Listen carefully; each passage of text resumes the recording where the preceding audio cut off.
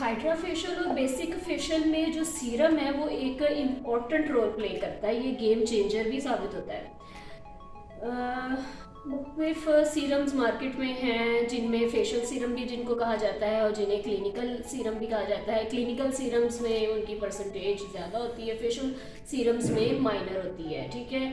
और skin types के according मुख्तलिफ सीरम्स अप्लाई किए जाते हैं। स्किन टाइप्स कौन कौन सी होती हैं? ऑयली एक्नी होती है, एजिंग होती है, सेंसिटिव होती है, ड्राई होती है, कॉम्बो और नॉर्मल स्किन, ठीक है। सीरम बेसिकली क्या चीज़ है? सीरम जो है वो एक लिक्विड फॉर्म का सोल्यूशन है जो जेल बेस में होता है, वाटर बेस में होता है और ऑयल बेस में सीरम्स होते हैं, ठीक है। ऑयली और एक्नी स्किन को सबसे पहले हम देखते हैं कि ऑयली और एक्नी स्किन जिस स्किन पे सीबम प्रोड्यूस होता है, जिस स्किन पे ऑयल जनरेट होता है, शाइन होता है और स्वेटिंग होती है, उसे ऑयली स्किन कहते हैं। और एक्नी पोर्न स्किन के आगे मल्टीपल इश्यूज और हो जाते हैं, उसके मुख्तलिफ टाइप्स की एक्नी उनकी स्किन पे है रहती है, उनसे एक्नी पोर्न स्किन कहा जाता है। उनको जो ट्रीट करने के लिए जो सीरम्स मार्केट में अवेलेबल हैं और पॉपुलर सीरम्स हैं उनमें सैलिसिलिक एसिड है, मेंडेलिक है, नियासिनामाइड है। सैलिसिलिक ये जो एक्नी के जो क्लींजर्स होते हैं उनमें भी सैलिसिलिक एसिड होता है, जो जेल और फॉर्मिंग फॉर्म में जो होते हैं वो हम ये ऑयली स्किन पे यूज़ करते हैं।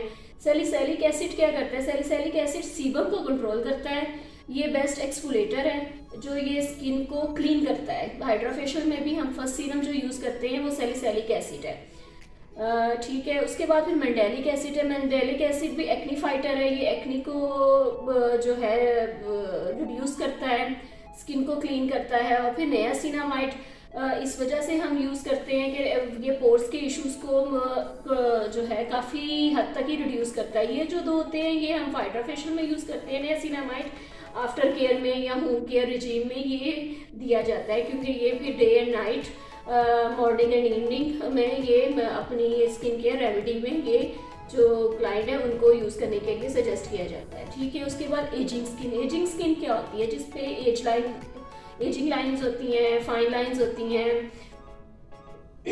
डिहाइड्रेशन होती है, वो एजिंग स्किन होती है। उनके लिए जो जो सीरम्स बेस्ट हैं उनमें रेटिनॉल है, पेप्टाइज है, विटामिन सी है, ग्लाइकोलिक एसिड है, ठीक है। पेप्टाइज को पहले हम देखते हैं। पेप्टाइज एक बेस्ट सीरम है, ये सीरम फॉर्म में भी होता है, क्रीम्स के अंदर भी ऐड होता है। ये पेप्टाइज स्किन एजिंग स्किन के लिए बेस्ट है ये क्योंकि ये कोलेजन बूस्टर है, जिसकी वजह से कोलेजन और इलास्टिसिटी जो है लूज हो जाती है एजिंग स्किन पे, ये उसको ट्रीट करता है, ठीक है। रेटिनॉल भी विटामिन ए की फॉर्मेशन से ही बनता है।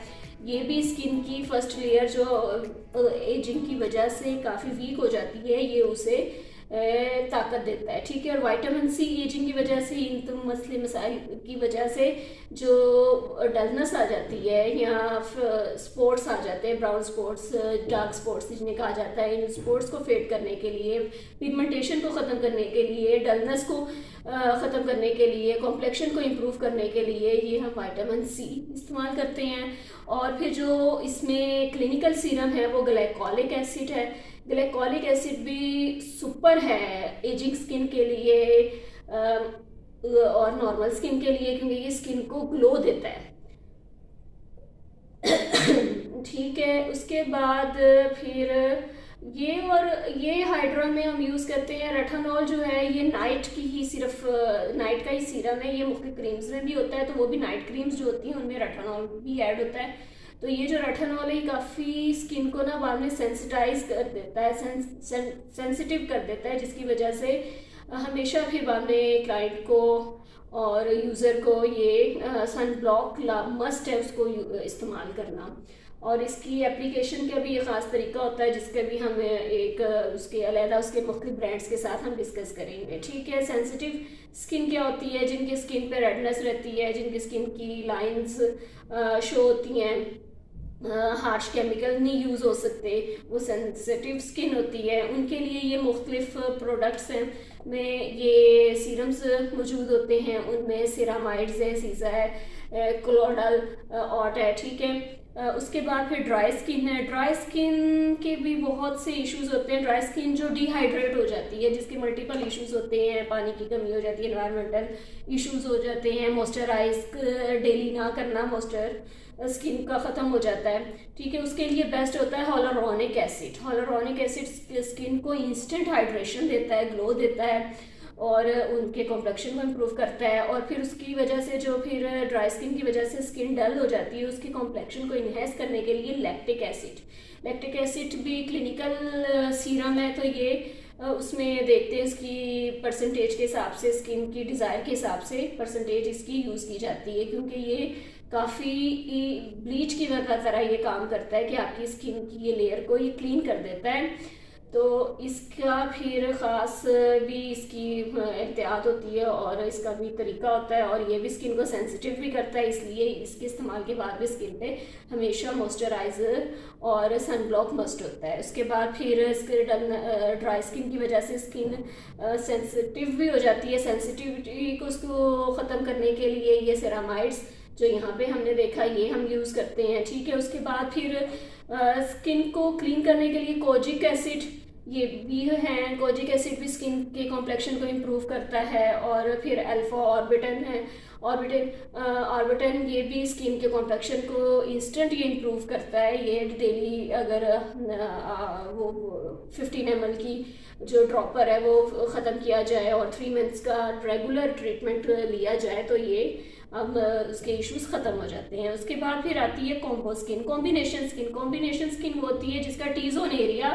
शाइनी रहता है, बाकी फेस जो है ड्राई रहता है, कभी शाइन कभी ड्राई कभी ऑयल प्रोड्यूस होता है, उससे कॉम्बिनेशन स्किन करते हैं। उनके क्योंकि ज़्यादा सीबम जनरेट नहीं होता, कभी कभी उनका ऑयल प्रोड्यूस होता है, इस वजह से हम सैलिसिलिक एसिड यूज़ नहीं करते हैं, हम मैंडेलिक एसिड ये यूज़ करते हैं, ठीक है। और उनकी स्किन को फिर ग्लो देने के लिए ग्लाइकोलिक एसिड यूज़ किया जाता है। और अगर कॉम्पोज स्किन है और उनके पोर्स का इशू है और सीबम का भी माइनर इशू है तो हम उससे नियासिनामाइड ये मिनिमाइज़र है, पोर मिनिमाइज़र है, ये दिया जाता है, ठीक है। उसके बाद नॉर्मल स्किन आ जाती है। नॉर्मल स्किन क्योंकि स्किन के कोई और इशू नहीं है, स्किन नॉर्मल है, मगर उनको इम्प्रूवमेंट चाहिए, उनको फ्रेशनेस चाहिए, तो उसके लिए ग्लाइकोलिक एसिड है, विटामिन सी है, जो ये ग्लो के काम करते हैं, स्किन को इवन टोन करते हैं, स्किन को स्पॉट्स को फेड करते हैं। और फिर ये रेटिनॉल है, रेटिनॉल भी ये स्किन की लेयर को